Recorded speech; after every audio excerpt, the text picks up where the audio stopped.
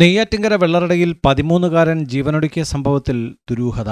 വെള്ളറട കോവില്ലൂർ സ്വദേശി അരുളാനന്ദകുമാറിന്റെയും ഷൈനിയുടെയും ഏകമകൻ അഭിതേഷ് കുമാറാണ് ജീവനൊടുക്കിയത്.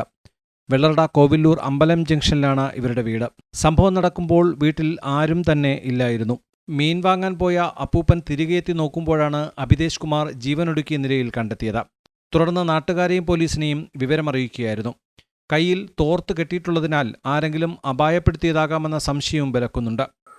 രാവിലെ ഒരു 10:30 മണി സമയത്ത് സ്പെഷ്യൽ ബ്രാഞ്ചിലെ പോലീസും ഗ്രാമപഞ്ചായത്തിൻ്റെ അമ്പലം വാർഡിലെ മെമ്പറും വിളിച്ചാണ് ഈ വിവരം പറയുന്നത്.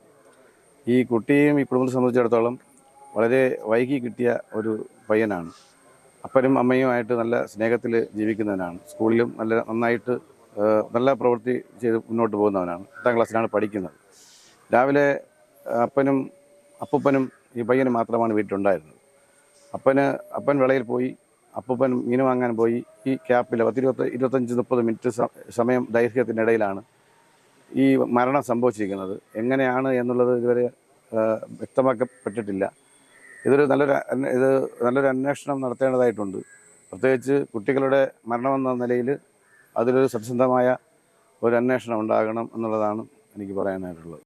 വാഴിച്ചൽ അകല്യം സ്കൂളിലെ 8ാം ക്ലാസ് വിദ്യാർത്ഥിയാണ് അഭിതേഷ്. അഭിതേഷിന്റെ മാതാപിതാക്കൾ സ്കൂൾ PTA പങ്കെടുക്കാൻ സ്കൂളിൽ പോയിരിക്കുകയായിരുന്നു. സംഭവത്തിൽ വിശദമായ അന്വേഷണം നടത്തുമെന്ന് വെള്ളറട SHO അറിയിച്ചു. Time V news, Neyyattinkara.